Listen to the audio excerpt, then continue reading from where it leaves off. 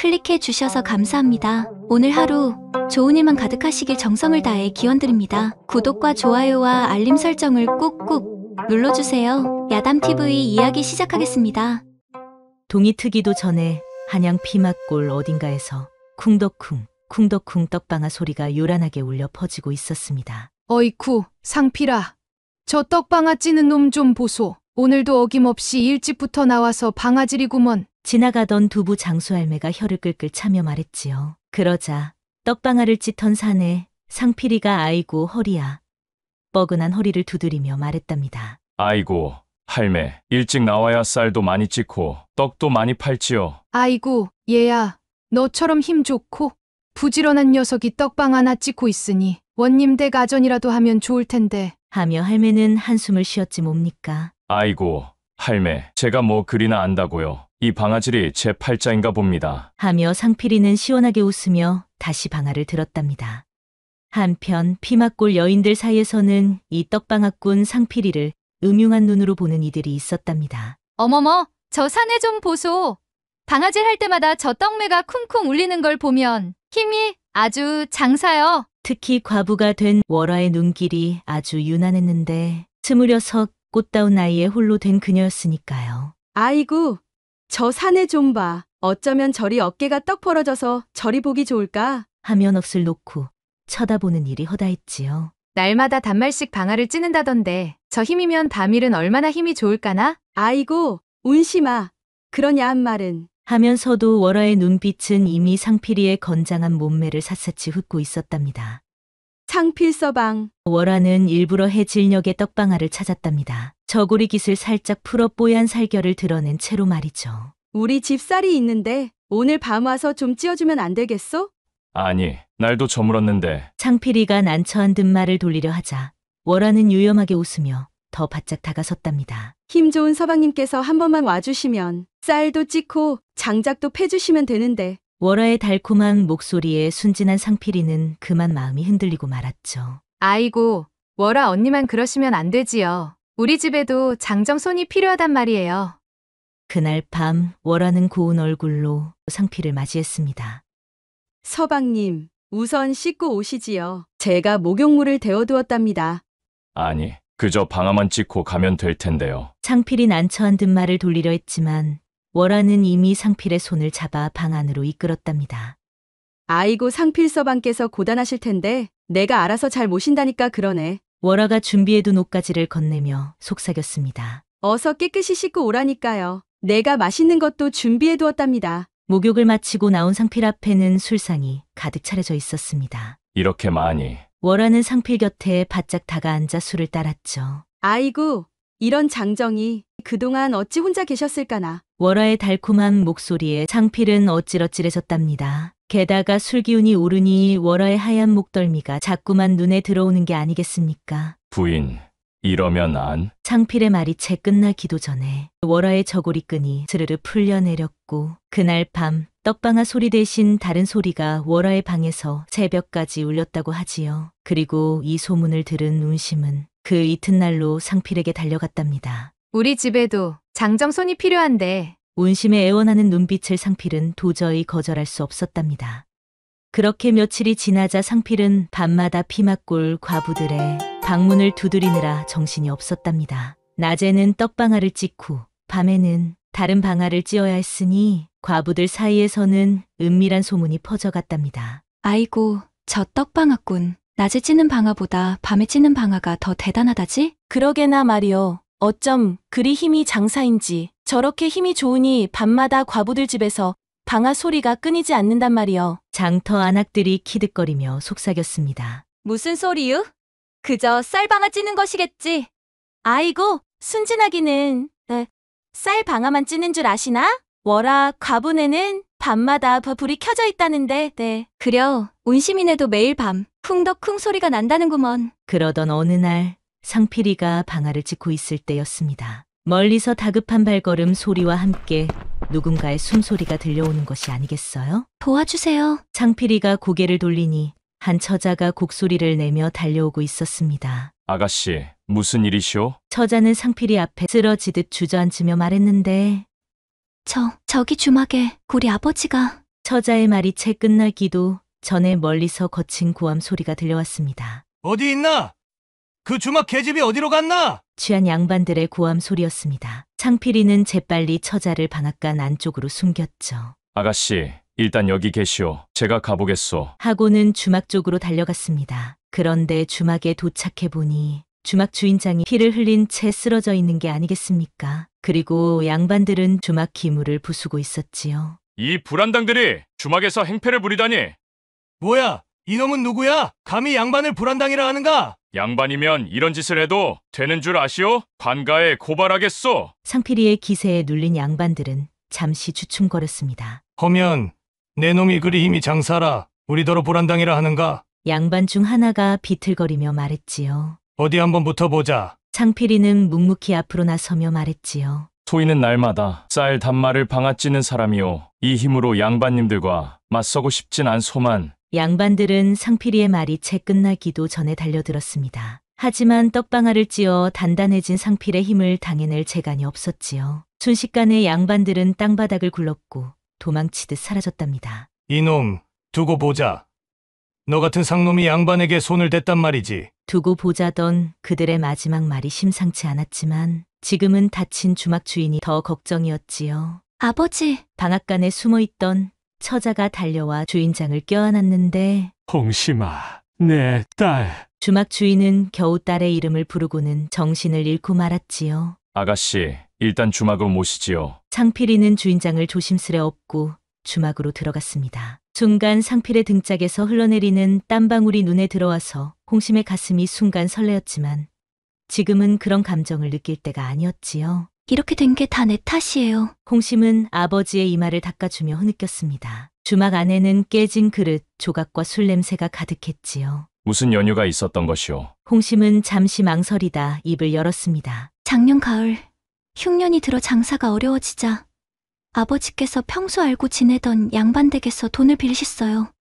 그런데 그분이 갑자기 돌아가시고 그 자제들이 빚을 갚으라 들이닥친 것이오? 아니요, 그보다 더 악독한 홍심의 눈에서 또다시 눈물이 흘렀습니다. 돈을 갚으라는 게 아니라 아예 주막을 넘기라 했어요. 우리 주막이 피막골에서 제일 잘 되니 탐이 난 것이지요. 그래서 아버지께서 거절하시자 오늘 술에 취해 행패를 부린 것이에요. 홍심은 더 이상 말을 잇지 못했습니다. 평소 지나다니며 보던 주막의 아가씨가 이런 아픔을 겪고 있었다니. 아가씨, 제가 의원을 모시고 오겠소. 홍심이 그의 소매를 붙잡았습니다. 도련님, 아니 상필서방. 그 순간 두 사람의 눈이 마주쳤고 홍심의 눈빛에 상필의 가슴이 철렁 내려앉았답니다. 걱정 마시오. 금방 모시고 오겠소. 상필이는 자신의 신분을 생각하며 서둘러 발걸음을 돌렸습니다. 하지만 그의 귓가에 상필 서방이라는 홍심의 다정한 목소리가 맴돌았지요. 며칠이 지나고 주인장의 병세는 조금씩 나아졌지만 주막은 썰렁해졌답니다. 양반들의 협박에 겁을 먹은 손님들이 발길을 끄는 거지요. 이러다간 정말 주막을 빼앗기고 말 거예요. 홍심의 한숨 소리에 상필의 마음도 무거웠습니다. 날마다 들르며 죽이라도 한 그릇 끓여주던 게 그의 마음을 달래는 일이었지요. 그러던 어느 날 상필이가 커다란 떡방아를 들고 주막으로 들어왔습니다. 아가씨, 제가 좋은 생각이 있소이다. 홍심은 의아한 눈길로 상필을 바라보았지요. 예전에 제가 시골에서 들은 이야기인데 떡과 술을 함께 파는 주막이 있었다고 하오. 떡술이라 하여 아주 별미였다 했소. 정말 그런 술이 있었나요? 아가씨의 솜씨로 떡을 빚고 제가 떡을 친다면 분명 새로운 맛을 낼 수 있을 것이오. 그렇게 해서 피막골에서는 처음 보는 진기한 일이 벌어졌답니다. 떡방앗꾼이 주막에서 떡을 만들고 그 떡으로 술을 담그니 이게 웬일입니까? 야, 이 술 맛이 참 별다르구나. 모주보다 더 구수하고 닭주보다 더 감칠맛이 나는구나. 소문을 듣고 찾아온 손님들의 입에서 탄성이 터져 나왔습니다. 그러던 어느 날 홍심은 달빛 아래 떡방아를 찢는 상필을 몰래 바라보고 있었는데 상필서방. 아가씨, 부르셨소. 상필이가 고개를 들었는데 달빛에 비친 홍심의 모습이 꽃처럼 아름다웠지만 그는 황급히 시선을 돌렸답니다. 이렇게 늦게까지 고생하시는데 한 상 차려드려야 할 것 같아서요. 홍심은 수줍은 미소를 지으며 술상을 내왔습니다. 평소에는 손님상만 나르던 그녀가 처음으로 누군가를 위해 정성껏 차린 상이었지요. 상필서방, 오늘 하루 수고가 많았으니 한 잔 드시지요. 홍심이 술을 따르려 몸을 숙이자 저고리 사이로 하얀 살결이 은은히 비쳤답니다. 아가씨, 시간이 많이 늦은 것 같은데 들어가 쉬시지요. 상필이 걱정스레 말했지만 홍심의 눈빛에는 달빛보다 더 은은한 무언가가 깃들어 있었답니다. 첫 손님들께 떡술을 올리느라 정작 서방님께는 한 잔도 못 드렸는데 저 같은 놈에게 아가씨가 어찌 이런 상을. 상필의 말이 채 끝나기도 전에 홍심이 다가왔는데 술 한 잔을 올리려던 그녀의 몸이 상필에게 기대어졌죠. 아이고, 하루 종일 술을 빚은 홍심은 취기 때문인지 순간 온몸에 힘이 쭉 빠져버린 듯했습니다. 상필은 당황했지만 그녀의 달콤한 채취에 어찔어찔해졌지요. 이러시면 안 됩니다. 말은 그렇게 했지만 상필의 손은 이미 홍심의 가녀린 허리를 감싸고 있었답니다. 그녀의 촉촉한 숨결이 상필의 귓가에 닿았지요. 둘의 몸이 집더미 위로 넘어가는 순간 홍심의 저고리 고름이 살짝 풀어지는 게 아니겠습니까? 달빛 아래 드러난 뽀얀 살결에 상필의 심장이 쿵쾅거렸는데 서방님이 아니었다면 우리 주막은 이미. 홍심의 눈가에 맺힌 눈물이 달빛에 반짝이던 순간 그때였지요. 이게 웬 상이더냐? 주인장이 나직한 목소리가 들리자 두 사람은 깜짝 놀라 돌아보았지요. 아버님, 주인장님, 당황한 두 사람을 바라보며 주인장은 깊은 한숨을 내쉬며 말했지요. 세상이 바뀌었다지만 아직은 아버님, 제가. 홍심이 무언가 설명하려 했지만 주인장이 손을 들어 말을 막으며 말했지요. 내 마음은 이해하지만 상필이는 아직 신분이 있지 않느냐? 주인장의 말에 상필이는 고개를 숙였지요. 아무리 주막이 번성하고 아무리 자신의 마음이 간절해도 그는 여전히 떡방앗꾼일 뿐이었죠. 주인장님 말씀이 옳습니다. 제가 주제를 모르고 생각이 짧았습니다. 그렇게 상필이가 자리에서 일어서려는 순간 멀리서 외치는 소리가 들려왔는데 불이야! 주막에 물이 났다! 주막 뒤채에서 시작된 불길이 순식간에 번져가는 것이었지요. 이런, 어서 빨리 가봐야겠소. 상필이는 망설임 없이 주막으로 달려가 불을 끄기 시작했는데 그런데 이상한 일이었습니다. 아무리 물을 부어도 불길이 잡히지 않는 것이었지요. 이상하다. 이것은 단순한 실화가 아닌 것 같소이다. 과연 상필의 말대로였습니다. 불길 속에서 기름 냄새가 진동했고 주막 곳곳에 불이 동시에 번져가는 것이 분명 누군가의 소행이었답니다. 아버님, 이것은 분명. 홍심의 얼굴이 창백해졌습니다. 며칠 전 협박하던 양반들의 소행임을 직감한 것이었지요. 그날 새벽 잿더미가 된 주막 앞에서 홍심은 날없이 눈물을 흘리고 있었지요. 어머니께 물려받은 주방 살림들, 손님들과 정을 나누던 마루, 아버지의 젊은 시절이 깃든 기둥, 모든 것이 한 줌의 재가 되어버렸지요. 아가씨, 상필이가 다가와 조심스레 홍심의 어깨에 겉옷을 걸쳐주었습니다. 상필서방, 우리가 무엇을 그리 잘못했기에 이런 일을 당해야 하는 거죠. 홍심의 목소리가 떨렸습니다. 그때 주인장이 한숨을 쉬며 말을 꺼냈지요. 이제 막다른 골목에 섰구나. 저들이 바라는 대로 주막을 넘겨야 할 것 같다. 아니 됩니다. 소인에게 좋은 생각이 있사옵니다. 홍심과 주인장은 의아한 눈길로 상필을 바라보았지요. 상필아, 내가 무슨 수가 있단 말이냐? 장마당 뒤편에 빈 창고가 있지 않습니까? 그곳을 빌려 임시로 주막을 열면 어떨까 싶사옵니다. 허나 그곳은 소인이 장마당 상인들과 친분이 있사옵니다. 날마다 그들의 쌀을 찌어주며 정을 나눴으니 분명 도움을 받을 수 있을 것이옵니다. 과연 상필의 말대로였지요. 장마당 상인들은 흔쾌히 도움의 손길을 내밀었고 하나둘 나서서 새 주막 준비를 도왔답니다. 이복에 우리 집에 쓰지 않는 상이 있는데 가져다 쓰시게. 아니요. 이 술병들도 써야 할 테니 가져가시구려. 장터 사람들의 정이 모이고 모여 어느새 작은 주막이 들어섰고 첫날 장터 사람들이 하나둘 주막으로 모여들었지요. 아이고, 이게 웬일이야? 떡술 맛이 전보다 더 좋아졌네. 그날 이후 상필은 날이면 날마다 장터 구석구석을 다니며 떡을 팔았는데 그의 떡을 맛본 이들은 자연스레 새 주막을 찾았고 주막을 찾은 이들은 또 그의 떡을 찾았지요. 야, 이놈아. 너 여기서 뭐 하는 거냐? 어느 날 주막을 불태웠던 양반들의 하인이 상필을 불러 세웠습니다. 소인은 그저 떡방 하나 찍고 있사옵니다. 상필이 공손히 답했지만 하인은 콧방귀를 뀌었습니다. 너 같은 상놈이 주막 처녀와 눈 맞은 걸 모를 줄 아느냐?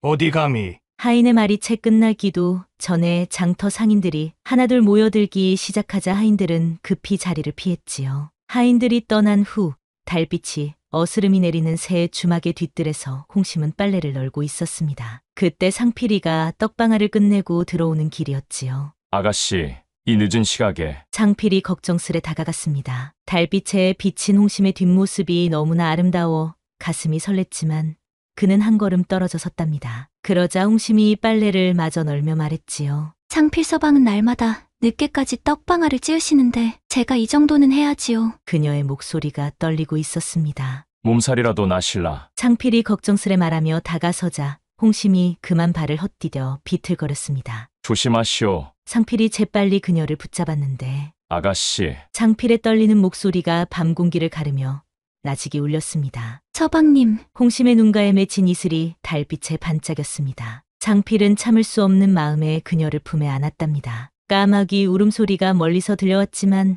두 사람의 마음은 이미 달빛 너머로 달아나고 있었고 부드러운 입맞춤이 달빛 아래 은은히 퍼지고 있었답니다. 그때였습니다. 여봐라.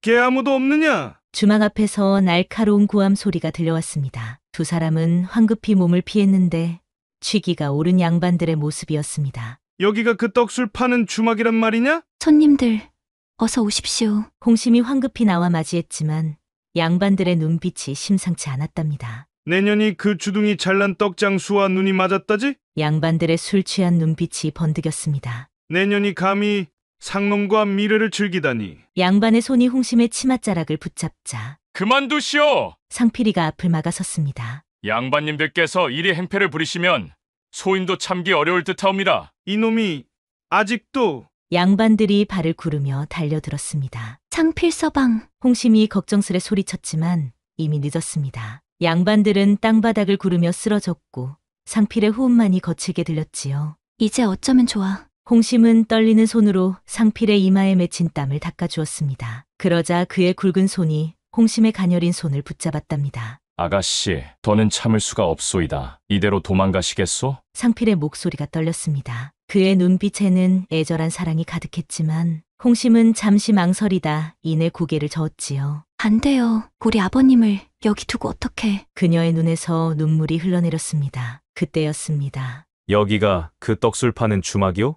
낯선 중년 사내가 들어섰는데 그의 옷차림은 평범했지만 눈빛만은 범상치 않은 사내였습니다. 예, 그러옵니다만. 홍심이 허리를 굽혔습니다. 자네가 그 떡술을 만든 이시오? 소인이 떡을 찍고 아가씨께서 술을 빚었사옵니다. 상필이 공손히 답하자 사내는 고개를 끄덕이며 말했습니다. 내일 이 술을 궁에 진상하게 되었다오. 전하께서 새로운 술에 대한 소문을 들으시고 궁에 진상하라고 하셨지요. 그날 밤 달빛은 유난히도 차갑게 피막골을 비추고 있었지요. 홍심은 주방 일을 마치고 뒤뜰에 홀로 앉아 있었는데 내일이면 상필이 궁으로 떠난다는 생각에 가슴이 먹먹했답니다. 아가씨. 담벼락 너머에서 들려오는 상필의 낮은 목소리에 홍심의 가슴이 설렜습니다. 서방님, 이런 늦은 시각에. 가기 전에 마지막으로 한 번만 보고 싶어서. 상필의 떨리는 목소리가 달빛 아래 나직이 울렸습니다. 홍심은 잠시 망설이다 살며시 뒷문을 열었지요. 들어오세요. 아버님은 이미 주무신답니다. 궁궐 진상이라니 이제 어찌 되는 것인지. 상필의 목소리가 떨렸습니다. 홍심도 알고 있었지요. 천한 신분의 떡방아꾼이 궐 안에 들어간다는 것이 얼마나 위험한 일인지를. 홍심이가 상필의 어깨에 살며시 기대자 아가씨. 상필의 뜨거운 숨결이 홍심의 목덜미를 적셨습니다. 그녀의 하얀 저고리 깃이 달빛에 은은히 빛났지요. 안 돼요. 홍심의 입술이 떨렸지만 그녀의 몸은 이미 상필의 품에 녹아들고 있었답니다. 주방 한켠에 쌓아둔 보리집더미 위로 두 사람의 그림자가 겹쳐졌고 홍심의 치마폭이 달빛 아래 흩날렸지요. 서방님, 흐릅. 홍심의 달콤한 속삭임에 상필의 굵은 손이 그녀의 허리를 더욱 강하게 감싸자 저고리 끈이 달빛 아래 스르르 풀어지고 까만 댕기가 흐트러진 그 순간 이리 늦게까지 뭘 하느냐? 주인장의 목소리에 두 사람은 황급히 몸을 떼어냈습니다. 아버님. 내 너희 마음을 모르는 것은 아니다만 남들 보는 눈도 있는데. 주인장님, 소인이 꼭 성공하여 신분을 올리겠습니다. 그때까지만 기다려 주신다면. 상필의 눈빛이 간절했습니다. 주인장은 잠시 묵묵히 달빛을 바라보다 말했지요. 그래, 성공하거라. 허나 그때까지 우리 홍심이는 건들지 마라. 이튿날 궁궐로 가는 길에서 상필은 홍심과 나눈 달빛 아래의 약속을 가슴에 새겼습니다. 기다리시오. 꼭 돌아오겠소. 한편 궁궐 수락관의 새벽은 일찍 시작되었습니다. 상필의 떡방아 소리가 고요한 새벽 공기를 가르며 울려 퍼졌지요. 내 놈의 방아질이 예사롭지 않구나. 수락관 최고 어른인 조숙장이 감탄하며 지켜보았습니다. 소인은 그저 날마다 이렇게 방아를 찌울 뿐이옵니다. 상필의 겸손한 답변에 조숙장은 고개를 끄덕이며 말했습니다. 허나 내 떡방아는 달라. 쌀알 하나하나가 살아있되 뭉치지 않고 거칠지도 않으니 이는 단순한 힘이 아닌 정성이 깃든 솜씨로구나. 내일이면 전하께 진상하는 날이니 오늘 밤은 내 처소에서 자고 가거라. 조숙장의 말에 상필은 깊이 고개를 숙였습니다. 그날 밤 처소에서 조숙장은 상필에게 술을 따라주며 많은 이야기를 했는데 내 이야기를 들려다오. 그 주막 처자와의 인연을. 달빛 아래 피어오르는 술 향기처럼 상필의 마음속 깊이 담아두었던 이야기가 조용히 흘러나왔답니다. 피막골에서의 첫 만남, 달빛 아래 나눈 눈빛, 그리고 가슴 저미는 이별까지. 사랑이로구나. 조숙장의 눈가에 옅은 미소가 어렸습니다. 내 젊었을 적에도 그러했지. 신분의 벽에 막혀 이루지 못한 사랑이 있었다오. 상필은 놀라 고개를 들었습니다. 조숙장의 눈빛에서 오래된 슬픔이 묻어났습니다. 그래서 내 너의 마음을 모르는 바 아니니. 그때였습니다. 밖에서 급한 발걸음 소리가 들려왔습니다. 큰일 났습니다. 피막골 주막에 또다시 불이. 상필은 가슴이 무너져 내리는 것 같았습니다. 소인 지금 당장 가봐야 할 것 같습니다. 그가 자리에서 일어서려 하자 조숙장이 그의 어깨를 잡았답니다. 잠시 기다리거라. 내가 지금 그곳에 가면 이는 분명 너를 궁궐 밖으로 끌어내려는 술수일터. 하지만 상필의 마음은 이미 피막골을 향해 달리고 있었습니다. 그렇다 해도 아가씨가 위험하다면. 그의 목소리가 떨렸습니다. 조숙장은 잠시 눈을 감았다가 떴습니다. 그래, 사랑하는 이를 두고 볼 수만은 없는 법이지. 그러더니 벽장 속에서 무언가를 꺼내더니 상필의 손에 쥐어주었습니다. 조선시대의 부신은 병조 등에서 발행한 신표로 국왕이 대신이나 장수 등에게 긴급하게 명령을 내릴 때 사용되었습니다. 이것은 궁중에서 하사받은 부신이다. 이를 가지고 가거라. 내 정성어린 떡방아 솜씨가 전하의 마음에 들어 내일 상을 내리시려 했던 것인데. 상필은 눈물이 흘렀습니다. 어찌 이리 큰 은혜를. 어서 가거라. 내 친히 나서서 양반들을 다스리리니. 얼마 후 피막골에 도착했을 때는 이미 한밤중이었는데 주막 앞에는 눈물을 흘리는 홍심과 그녀를 붙잡고 있는 양반들이 있었지요. 이제 어쩌시겠소? 주막도 다 없어졌으니 이제 우리 도가로 오시오. 양반의 말이 채 끝나기도 전에 상필의 우렁찬 목소리가 울렸답니다. 감히 궁중 부신을 가진 이의 약혼녀를 건드리시겠소? 달빛 아래서 번쩍이는 부신을 본 양반들의 얼굴이 창백해졌습니다. 이런 변방 주막의 상놈이 어찌 저것을 들고 있단 말이냐? 양반들이 말을 더듬었지만 그때 뒤에서 들려오는 관군들의 발걸음 소리에 그만 달아나고 말았지요. 상필 서방님. 홍심이 흐느끼며 달려왔습니다. 상필은 그녀를 품에 안았죠. 이제 아무도 우리를 갈라놓지 못할 것이오. 이튿날 고요한 새벽빛이 피막골을 비추고 있었습니다. 타버린 주막 앞에서 상필과 홍심은 조용히 서 있었죠. 주인장은 무너진 기둥을 쓸쓸히 바라보고 있었습니다. 아버님. 홍심이 조심스레 다가가자 주인장은 깊은 한숨을 내쉬었습니다. 그때 멀리서 말발굽 소리가 들려왔는데 조숙장이 관원들을 이끌고 오고 있었습니다. 전하께서 하사하신 양소반이요. 상필은 깜짝 놀라 고개를 숙였습니다. 소인에게 이런 큰 상을. 조숙장의 눈가에 미소가 어렸지요. 이뿐만이 아니요. 전하께서 그대의 떡술을 크게 기뻐하시어 어이궁 도감의 자리를 하사하셨소. 이제 그대는 더 이상 떡방아꾼이 아니요. 주변에서 탄성이 터져 나왔습니다. 홍심의 눈에는 기쁨의 눈물이 맺혔지요. 하지만 상필은 잠시 망설였습니다. 혹시 저들이 이 주막을 다시 노리진 않을까요? 상필의 물음에 조숙장은 깊이 있는 미소를 지으며 말했지요. 그들은 이미 의금부로 끌려갔소. 그때 홍심과 상필의 눈빛이 마주쳤습니다. 그들의 사랑은 이제 피막골의 전설이 되어 오래도록 전해질 것이었지요. 몇 달 뒤 피막골에는 화려한 대궐 기와를 얹은 새 주막이 들어섰습니다. 어이궁 떡술 주막이라는 이름을 달고 말입니다. 부인, 이제 술 익었소? 상필이 주방에서 바쁘게 움직이는 홍심을 바라보며 묻자. 아이고, 아직 멀었어요. 낮에 전하께 진상할 술도 담가야 하는데. 두 사람의 행복한 투정에 주막을 찾는 손님들은 이제 양반이건 상민이건 가리지 않고 모두가 한자리에 앉아 술을 기울였답니다. 세상은 이렇게 조금씩 변해가고 있었습니다. 떡방앗군과 주막 처녀의 사랑이 피어난 자리에서 조선의 새로운 바람이 불어오고 있었던 거지요. 그렇게 상필과 홍심의 이야기는 오래도록 피막골의 벚꽃처럼 아름답게 피어났다고 합니다. 떡방앗군의 정직한 땀방울이 마침내 꽃을 피운 것이지요. 사람들은 이들의 이야기를 들려주며 천운유시라는 말을 떠올렸답니다. 하늘이 정한 운명은 마치 물이 흐르듯 자연스럽게 이루어진다는 뜻이지요. 신분의 높고 낮음을 떠나 진정한 사랑과 정성이 있다면 하늘도 감동한다는 것을 그들은 몸소 보여주었답니다. 지금도 봄밤이면 어디선가 은은한 떡방아 소리와 달콤한 술향이 바람을 타고 온다지요. 오늘도 야담TV를 시청해주셔서 감사합니다. 앞으로도 이런 따뜻한 이야기로 여러분을 찾아뵙도록 하겠습니다. 구독과 좋아요, 알림은 새로운 이야기를 만드는 큰 힘이 된답니다. 그리고 뒤에 뜨는 다음 이야기도 놓치지 마세요. 여러분의 하루가 행복하시길 정성을 다해 기원합니다.